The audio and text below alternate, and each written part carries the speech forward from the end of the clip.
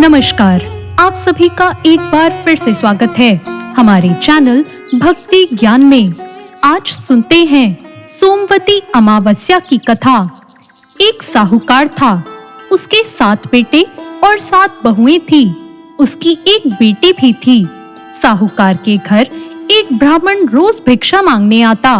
ब्राह्मण को साहूकार की बहू रोज भिक्षा देती तो वो ले लेता, लेकिन जब साहूकार की बेटी उसे भिक्षा देती तो वो उसकी बेटी से कहता, बेटी तू सुहागन तो है, पर तेरे भाग्य में बहुत दुख लिखा है। ये बात सुनकर साहूकार की बेटी बहुत चिंतित रहने लगी। चिंता से उसका शरीर कमजोर होने लगा। एक दिन साहूकार की पत्नी ने अपनी बेटी से पूछा, बेटी तुम इन दिनों इतनी चिंतित क्यों रहती हो और तुम बहुत कमजोर भी दिखती हो। तब उसने बताया कि माँ, जो ब्राह्मण रोज भिक्षा मांगने आता है वो कहता है कि बेटी तू सुहागन तो है, लेकिन तेरे नसीब में दुख लिखा है। यह बात सुनकर जब उसने अपनी माँ को ये बताया तो माँ ने कहा, कल मैं भी सुनूंगी कि वो तुम्हें क्या कहता है।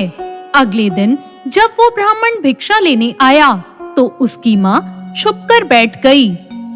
जब बेटी भिक्षा देने लगी तो फिर ब्राह्मण ने फिर से वही बात कही। इतनी बात सुनकर उसकी माँ बाहर आ गई और बोली, एक तो हम रोज तुम्हें भिक्षा देते हैं और ऊपर से तू हमें कोसता है।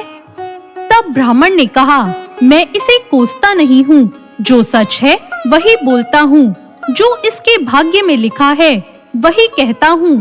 माँ ने ब्राह्मण से कहा कि तुम्हें ये पता है कि इसके भाग्य में दुख लिखा है, तो बता दो ये दुख कैसे दूर होगा।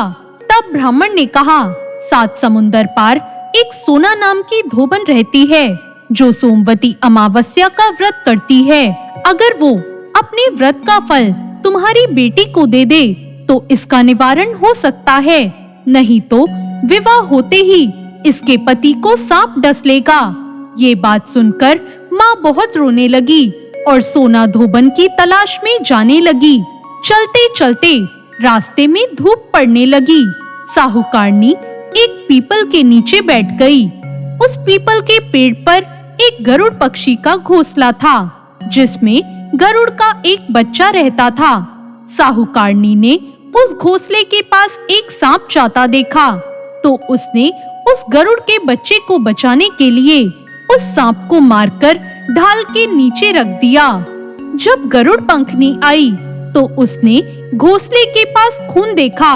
वो क्रोधित हो गई और साहूकारनी को चोंच मारने लगी। तब साहूकारनी ने कहा, मैंने तो तुम्हारे बच्चे की जान बचाई है।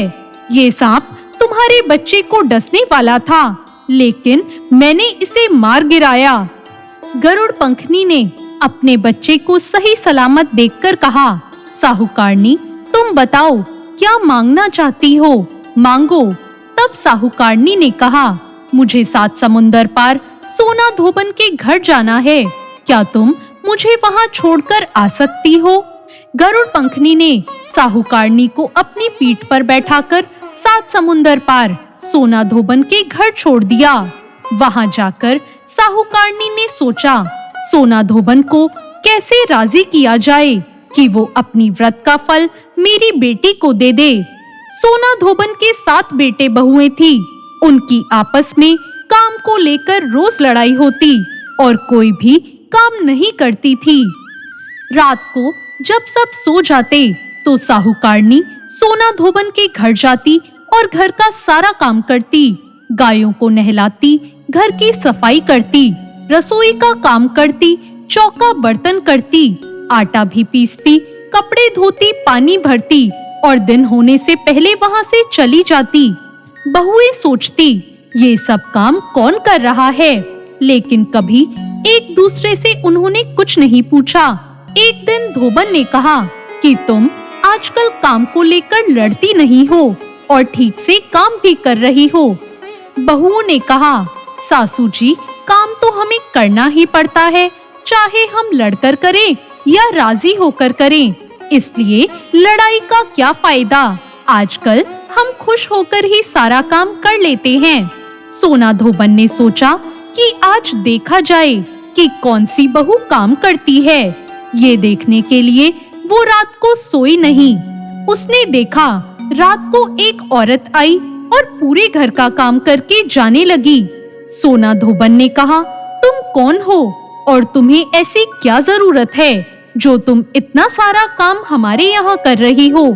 साहूकारनी ने कहा, जरूरत है तभी तो मैं इतना काम कर रही हूँ। सोना धोबन ने पूछा, तुम्हें क्या चाहिए? साहूकारनी ने कहा, पहले मुझे वचन दो कि जो मैं कहूँगी वो मानोगी, तभी मैं बताऊंगी।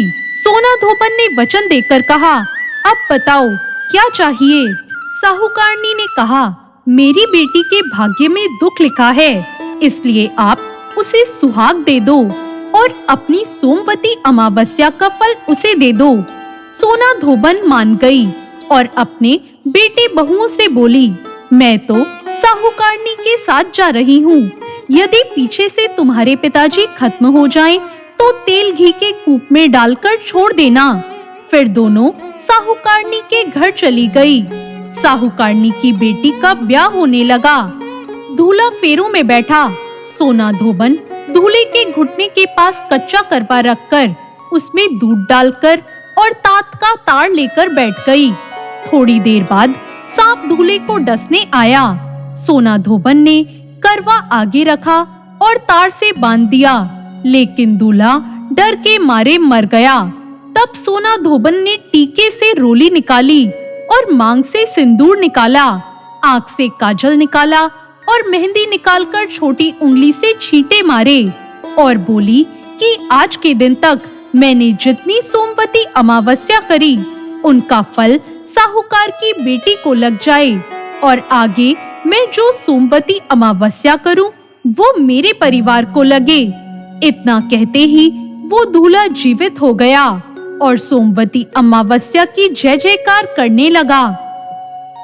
जब सोना धोबन वापस जाने लगी, तब साहूकारनी बोली, तुमने मेरे जवाई को नया जीवन दान दिया है, इसलिए कुछ भी मांग सकती हो। वो बोली, मुझे कुछ नहीं चाहिए, सिर्फ एक हांडी दे दो। सोना धोबन हांडी लेकर घर चली जाती है। रास्ते में सोमवती अमावस्या आती है, तो वो हांडी की 108 परिक्रमा लगाकर उस हांडी को पीपल के पेड़ के नीचे गाड़कर अपने घर आ जाती है। घर आकर देखती है तो उसका पति मरा हुआ था और तेल और घी के रूप में पड़ा था। तब वो टीके में से रोली निकालती है, मांग से सिंदूर निकालती है, आंखों से काजल निकालती है और नाखून से मेहंदी निकालकर अपनी चिटकी उंगली से छींटे देती है और कहती है, मैंने जो रास्ते में सोमवती अमावस्या की है, उसका फल मेरे पति को लगे। इतना कहते ही उसका पति उठकर बैठ जाता है। उसके बाद उसके घर एक ब्राह्मण आता है और कहता है, सोमवती अमावस्या को मुझे दक्षिणा दीजिए। धोबन कहती है, सोमवती अमावस्या रास्ते में आई थी, इसलिए मैंने कुछ नहीं किया। जो भी किया वो सब पीपल के नीचे गाड़ दिया है। ज्योतिषी ब्राह्मण वहां जाकर खोद कर देखता है तो उसे 108 सोने के सिक्के मिलते हैं। ज्योतिषी ब्राह्मण सब घर ले आता है और कहता है, इतना कुछ किया है और बोल रही थी कुछ भी नहीं किया। सोना धोबन बोली, जो तुम्हारे भाग्य में था वही हुआ, इसलिए इन सभी सोने के सिक्कों को तुम ही ले जाओ।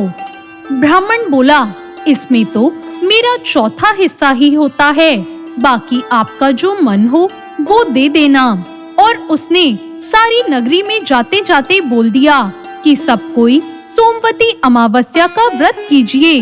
हे सोमवती अमावस्या, जैसा साहूकार की बेटी को सुहाग दिया वैसा सबको देना। सोमवती अमावस्या की कहानी कहने वाले, सुनने वाले और हुंकार भरने वाले सभी पर सोमवती अमावस्या की कृपा बनी रहे। तो ये थी आज की व्रत कथा। आपको ये कथा कैसी लगी कमेंट करके जरूर बताएं और साथ ही मेरे चैनल भक्ति ज्ञान को सब्सक्राइब करना ना भूलें। धन्यवाद।